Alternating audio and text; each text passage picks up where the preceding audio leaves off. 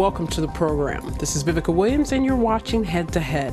Belarus and Ukraine relations are becoming strained, and this is in light of the recent detainment of Ukrainians. 19-year-old Pavlo Hrib was arrested and smuggled to Russia, charged with planning terrorist acts. Ukrainian journalist Pavlo Sharevko went missing in Belarus last month and now stands charged with espionage. To discuss these cases and more, we have an expert from the Human Rights Information Center, Yury Lukanov. Thank you so much for being with us today, Yury. So let's get right to this. What is with this situation with Belarus and with this allowing, in the sense of Ukrainians to be detained and sent to Russia? Yeah, I would add Russia to this story. We should. It seems to me that we should take a background of this story. We should remember, for example, last year, Serhiy Zhadan was. They tried to deportate him. The Belarusian KGB.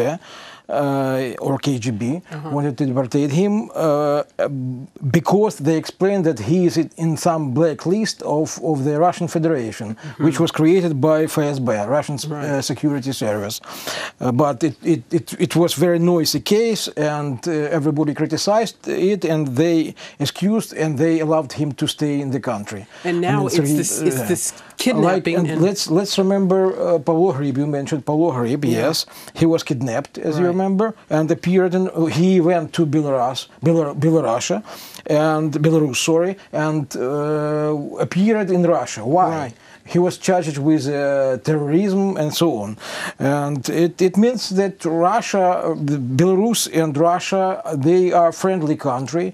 They are in the same union, and they have mutual, maybe KGB and FSB activity, and that's why when, for example, FSB asked Belarus KGB to protect, maybe to arrest some people, and they follow their orders. I mean, the KGB. So in a sense, it seems like there's no border, there's no difference between Belarus and Russia in sense of how their organizations work together. Yes, because their leaders are close mentally. They prefer authoritarian way of ruling, and that is why they have the same way to protect, not just to protect, to fight against so-called terrorists and so on. Because in fact they aren't terrorists. They are in reality political.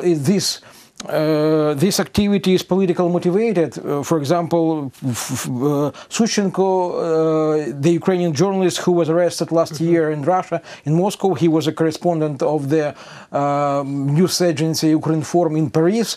He arrived to Moscow and immediately was arrested in the airport and charged with espionage. Of course, it is politically motivated. He is a political prisoner. He is awaiting for the court, and the investigation has been continued here, and also it's because it's very strange when person who spent 6 years in Paris and never been before in Russia arrived to Russia was charged with espionage. It's like an anecdote. The same thing we see in Crimea. They are fighting against freedom of speech in Crimea because they annexed it illegally, the Russian Federation, of course. And right after the annexation of Crimea, the Russian Parliament, Государственная Дума, State Duma, they enacted amendment to the criminal code, according to which public call for violation of the Russian territorial integrity, the people who use it, they could be sent to the prison up to 5 years. Right, and it makes it very blanket. Here you have this blanket, any discussion, any opposition spoken, a social media case. And Ukrainian journalist Mykola Semena, they just published an article on the Radio Liberty site, and they charged him with a public call for violation of the Russian integrity with use of the media. And unfortunately, he received he wasn't sent to prison, but he received sentence term 2 years and a half.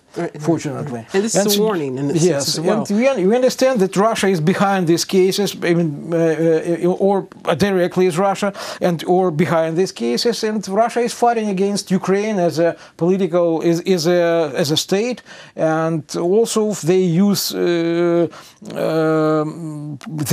they fighting against Ukrainian citizens who are more or less active in order to protect their aggressive politics and so on. And so what we saw not even a few years ago, there seemed to be a change in Belarus's relationship and stance towards Ukraine. There seemed to be some kind of support of Ukraine over Russia. But we see now maybe this was a facade, this complete change. I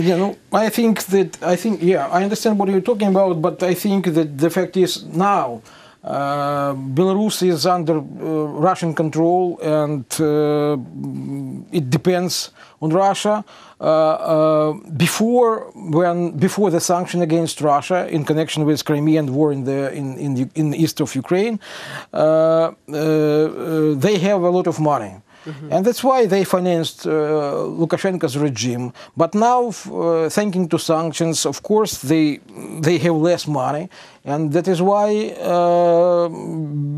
Lukashenko is trying to have some deal with the European Union, but at the same time he continues to be dependent of the Russian Federation, and that's why he has to follow the Russian politics. And so we know the EU has softened its stance towards Belarus in this attempt to bring it in, but what's causing this problem now? We see that that's not maybe the case that they need to be following. It's difficult to say, but I think that the European Union will issue a statement against this case, and will demand to liberate the Ukrainian journalist. But I'm pessimistic. I'm afraid that he will spend some year in prison. And will probably be sent to Russia. Yes, right. Yes, it could be. Yes, it's possible, of course. So, what can Ukraine and Ukrainians? What does Ukraine need to do to protect against this? How should they respond? No, the fact is that Russia doesn't follow international legislation, even its own legislation. That's why it's impossible to protect him legally. Just one thing: political protection, statements, maybe pressure, political, financial pressure, and so on. But it could be successful just when Russia will get a situation which will be critically worse than if to compare it with current situation. So it's in a sense that Belarus, if they have more to receive, because we see that Lukashenko plays this kind of role. He plays towards the EU, he plays friendly towards Russia. So you're thinking maybe that if the EU, or there's more incentive for him to be closer to the EU, this may... No, the fact is, I'm afraid that we shouldn't discuss Lukashenko. We should discuss Putin, it seems to me, because I am sure that Putin is behind this story. That is why, Lukashenko is not subject of this story. I think he is an object of this story, yes. It's in this middle. It's under Russian control, yeah. So the outlook then for when you're looking at this journalist, Shchenko, then the outlook is fairly poor. You see this being the same playing out as these other cases with Shchenko, with Yes, of course, it's one line, I would say, yes. But I think we should, our journalists, the Ukrainian journalists, should think about this case.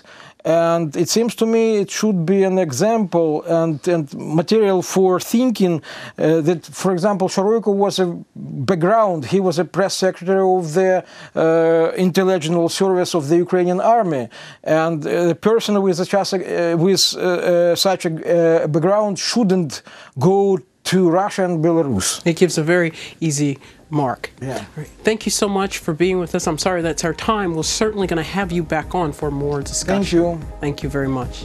Today we're speaking with Yury Lukanov, an expert from the Human Rights Information Center, about the issues with detainments in Belarus. Thank you very much for joining us.